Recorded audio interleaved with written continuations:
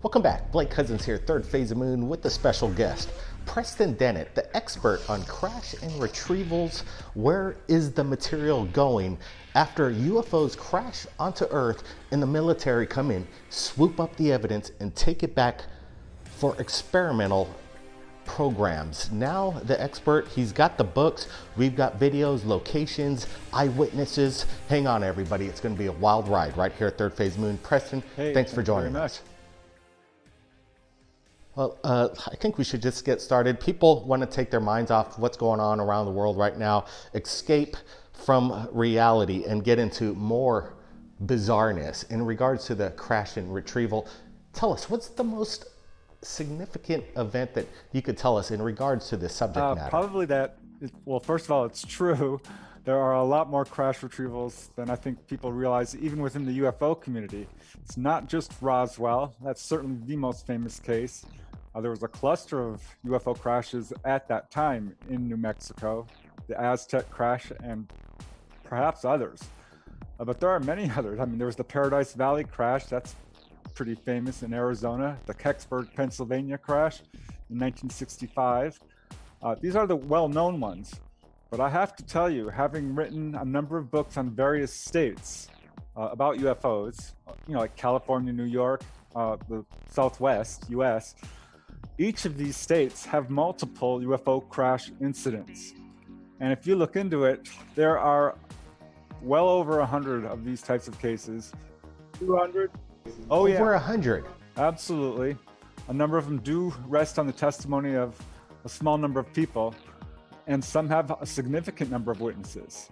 Cases like Roswell, I mean, there's more than a dozen books written on that incident, hundreds of witnesses. We've traced the Roswell incident from the moment this thing appeared in the sky to the moment it was picked up, guarded, brought back to the bases, and examined. We have testimonies from literally everyone right down the line. Well, everybody's heard of the Roswell 1947 incident. Tell us about some of the other crash and retrievals that the public's really not aware of. Yeah, it's very interesting because the UFO community was very slow in recognizing UFO crashes, and they were debunked early on. The first researcher to really look into it was Frank Scully in his book Behind the Flying Saucers.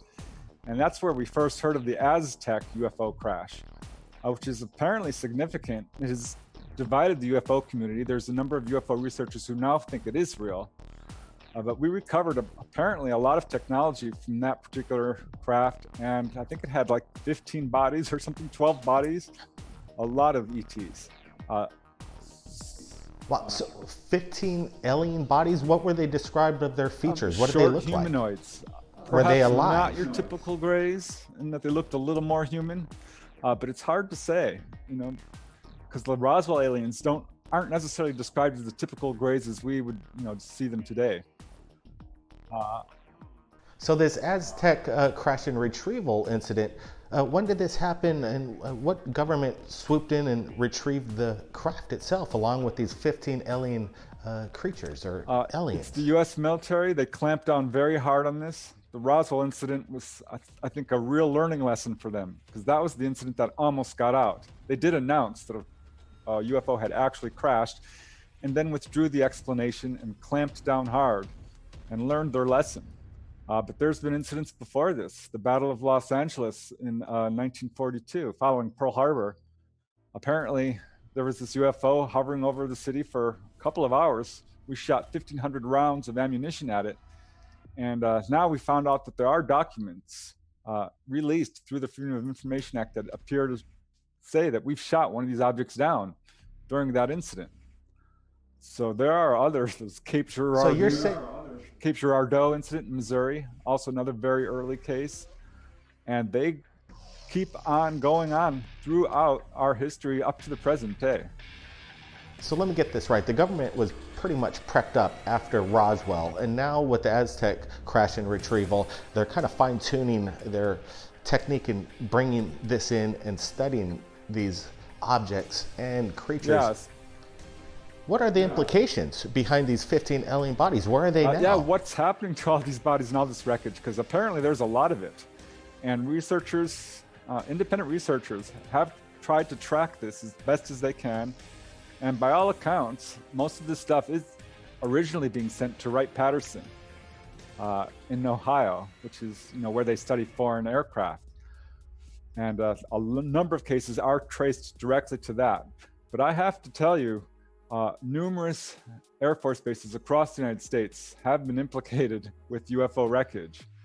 Norton Air Force Base in California, there's accounts coming out of there who people saw recovered UFOs that were not damaged. Some of these craft come down with very little damage. Others, have a lot of damage. But yeah, Air Force's, Edwards Air Force Base, for example, that's another. Rendlesham in England, of course, had its huge incident there. Probably something going on there. Some indications of that. And yeah, across the United States, you'll find this accounts coming directly out of our own Air Force bases.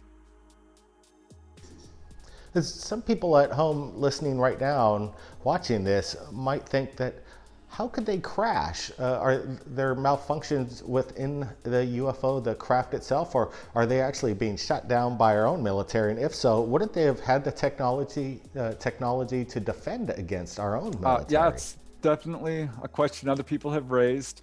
These craft are very advanced. They outdistance certainly our own craft and can turn at right angles and all this kinds of stuff. But what we're seeing is what we're seeing. The Roswell crash was apparently brought down by a lightning strike. However, there's some evidence suggesting that it was our own radar systems which interfered with their navigation. And this has come up in a couple of other cases independently where ETs have said this, and that's why they're darting out at right angles to avoid our radar. And there are a number of accounts that we have shot these craft down, and certainly many accounts of where we shot at them. Often not successful, but in some cases, yes, apparently successful. So I think we're looking at both of these scenarios where, yes, they do crash, they're not infallible, and sometimes we're shooting them down. Incredible. There was a video, we're rolling it right now, of some vintage black and white footage apparently filmed in Russia, and the KGB retrieving a crash retrieval of a flying disc embedded into the ground. I recently shared this video with you, Preston. What's your thoughts on it? The Sverdlovsk incident. It's pretty well known, I think, among the UFO community. And again, like these incidents, divide people. I think there's, some who think it's a hoax and some who are certain it's authentic. And I think you can raise arguments for both scenarios, but I do find the footage very interesting for a number of reasons. There are some researchers who've really looked into this and raised some questions that I think are absolutely valid. If you look at the footage, you can see that there are few footprints surrounding this object. So this truck that's driving up, you can see the virgin snow there. That's an interesting fact, because to set something like that up would cause a lot of activity on the ground. Another thing is that the truck is reportedly authentic, of vintage age. So there's another. So there's these little details that seem to be authentic. On the other hand, I don't know of any incidents where UFOs are stuck in the ground, still intact, quite like that, unless the ground is soft. So I wonder about that. I do find it interesting that some of the debris that's picked up is very light. That's something we do see in other UFO crash incidents. These objects are, although durable, very light in metal, in weight. So yeah, there's interesting details. One thing I do kind of find interesting is James Oberg, who's an arch skeptic, really a debunker of the UFO phenomena, said instantly this is a hoax. And whenever any incident gets kind of attacked, it makes me want to take a second look at it. It would be such an elaborate hoax to pull off. The people in the authentic clothing during the time, and who's taking credit for this? And it was leaked, and there's nobody coming forward to say that was me behind it. It seems too extravagant and extreme just to be some kind of a hoax, but there could be some kind of propaganda behind it. You just never know coming from that region. But there are materials that are retrieved by our own government, along with these alien bodies and the artifacts that surround them in these crashes. What do you think they're doing with these things, and how is it going to benefit us, or is it going to benefit us? Well, according to a number of whistleblowers within government, like Colonel Corso, for one, author of Day After Roswell, and others, we are taking this technology and reverse engineering it as best as we can. Now, if you believe Colonel Corso, fiber optics, the integrated circuit, night vision goggles, and a number of other things are directly tied to the Roswell UFO crash. I don't know if that's true, but certainly other insiders are making very similar claims. And we have had an incredible rise in technology. And I think we all know for a fact that our military is at the cutting edge of technology. And what we're seeing in the public is, primitive compared to what our military has. They're 50, 100 years ahead of, what we see that's publicly revealed. I know that's true. I've had multiple insiders tell me that. I've talked to some firsthand witnesses who gave me information that pretty much verifies this whole scenario. One gentleman I talked to was stationed in Alabama in an Air Force base, and he knew about crash retrievals. Another person also gave me firsthand information. Why would this person from Alabama tell you this? Did he know that you were interested in it? This was just the rumor that kind of ran around the base. And one guy I interviewed had a girlfriend whose brother was in the CIA or something like this. I forget the exact connection, so this is a third-hand story. But I got a lot of information, and they said that there was often UFO crashes, and they would usually just cordon off the area, tell everyone it's a military crash, and scoop it up right away. And apparently our military is very ruthless about this. And if you're found within the perimeter of a UFO crash, this is bad news for you, because they're ordered to exterminate everything surrounding this UFO, scoop it up, and there's still a brutal cover-up surrounding these incidents. Because what we're looking at is the best evidence. It's incontrovertible. It's the craft, it's the alien bodies. And yet, in the public arena, our evidence of this relies almost exclusively on eyewitness testimony. The problem is it's coming from all over the place. Most major researchers have talked to people firsthand who have been involved in crash retrieval incidents. It's interesting that you bring it up, because I was about to ask you, Preston, about if a UFO crashed in your backyard or in your vicinity and you were to come across some of the material from it, what would you do with it? Who would you go to share it with? Scientists, teachers, the government themselves? Probably would be a bad idea. Even Clifford Stone has recently come forward and said he has his material buried somewhere. Sergeant Clifford Stone, what would you suggest to people if they did come across this material? What should they do with it? I would say film it, hide it. There is a problem. There's an active cover-up with our government. This is not speculation. This is demonstrable. We've got documents from the Freedom of Information Act that all but prove that this is the case. So that creates a really volatile situation here. There is going to be another UFO crash. There's a possibility one could crash in a suburb in the middle of a city. What do we do then? It's good. At some point, could be an undeniable incident that would prove UFO reality once and for all. But I don't know if that's going to happen, because apparently we are watching these incidents very closely, and no matter where an incident happens anywhere in the world, our government has the ability to swoop in within 15 minutes or so and scoop this up and silence witnesses. And there are incidents across our planet where that's exactly what they're doing. So if someone should come across physical evidence really of any kind that's conclusive, that puts them in a very dangerous situation. And they should definitely think about taking steps to ensure their own safety and the safety of the evidence. It's interesting you bring this up. a few years ago, I'm not exactly sure what year, but we got a call from the Jackhead Reservation in Manitoba, stating that there was a massive UFO crash, and the people from that reservation were told to stay indoors, not to take photographs of whatever this craft was, and there was a massive media blackout in Canada, in Manitoba. What's your thoughts to the Manitoba incident?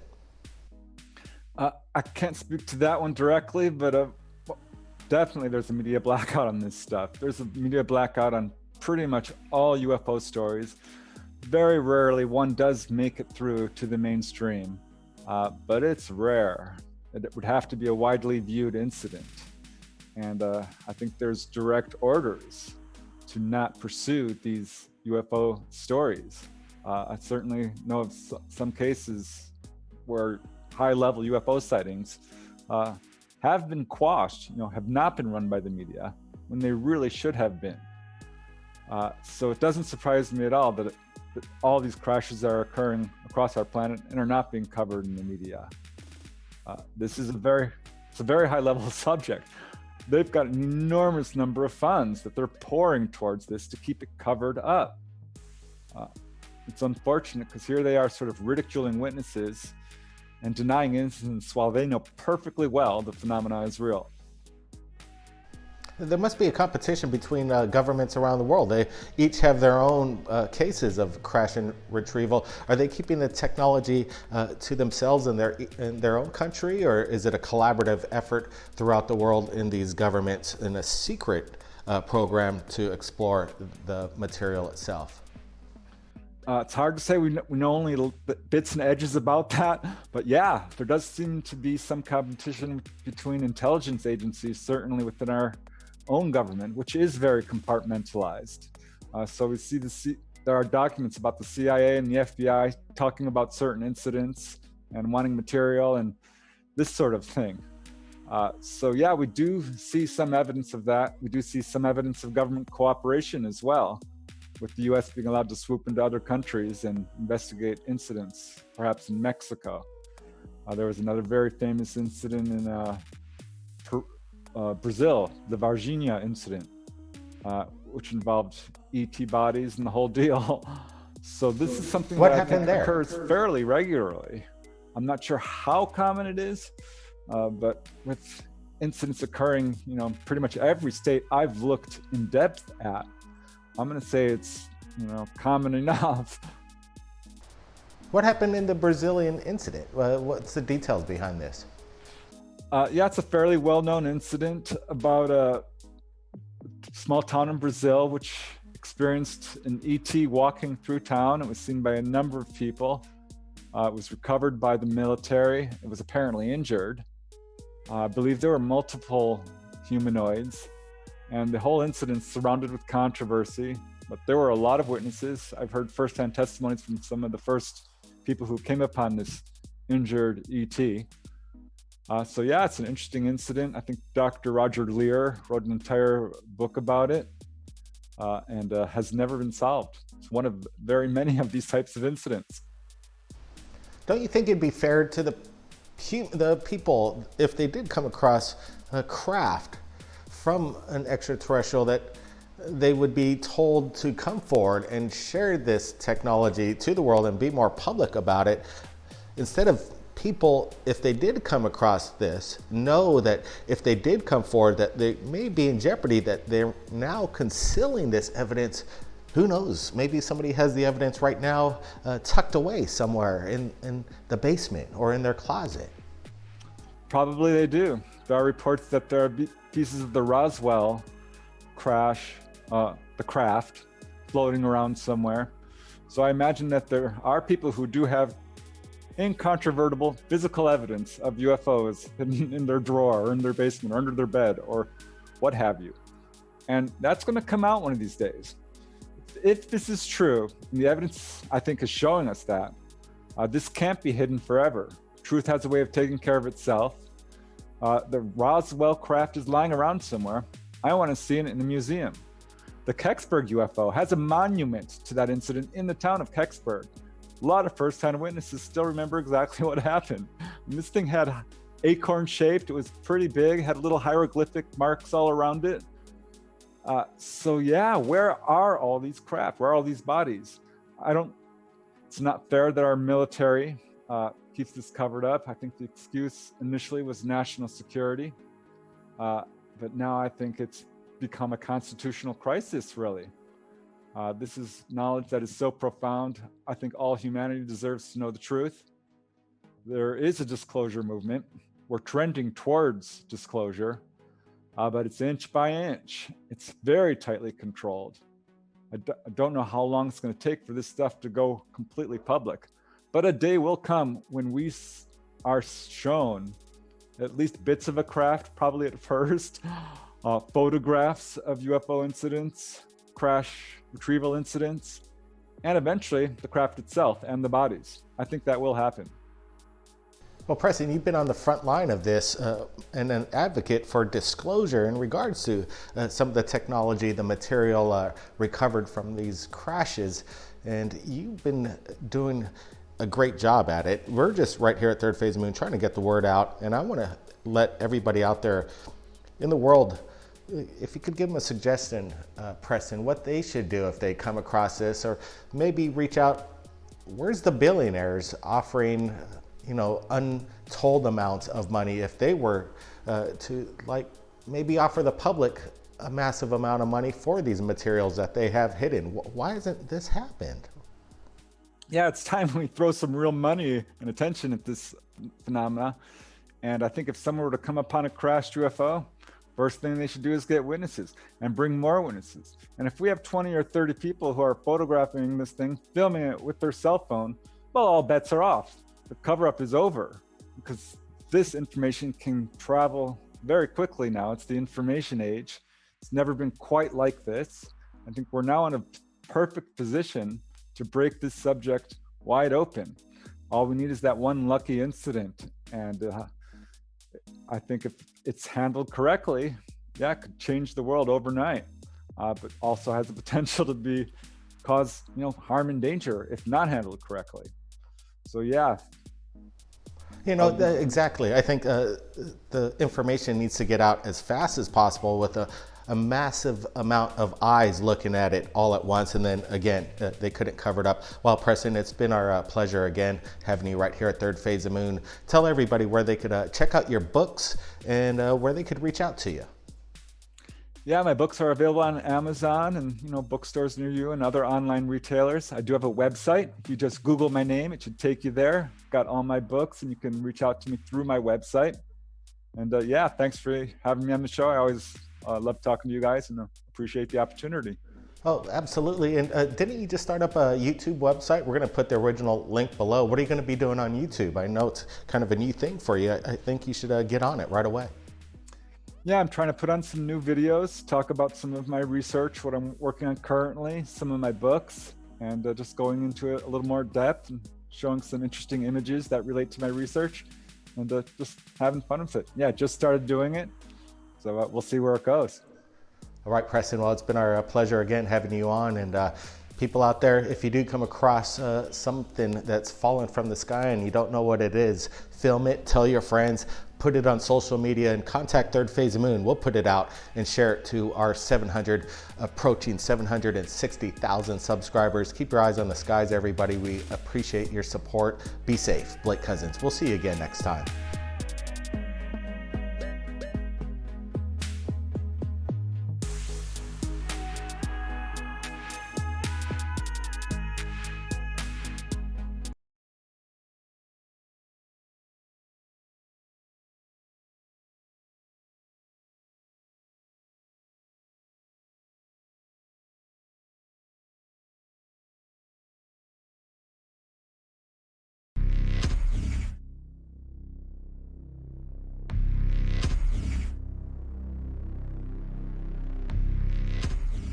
Welcome back. Blake Cousins here.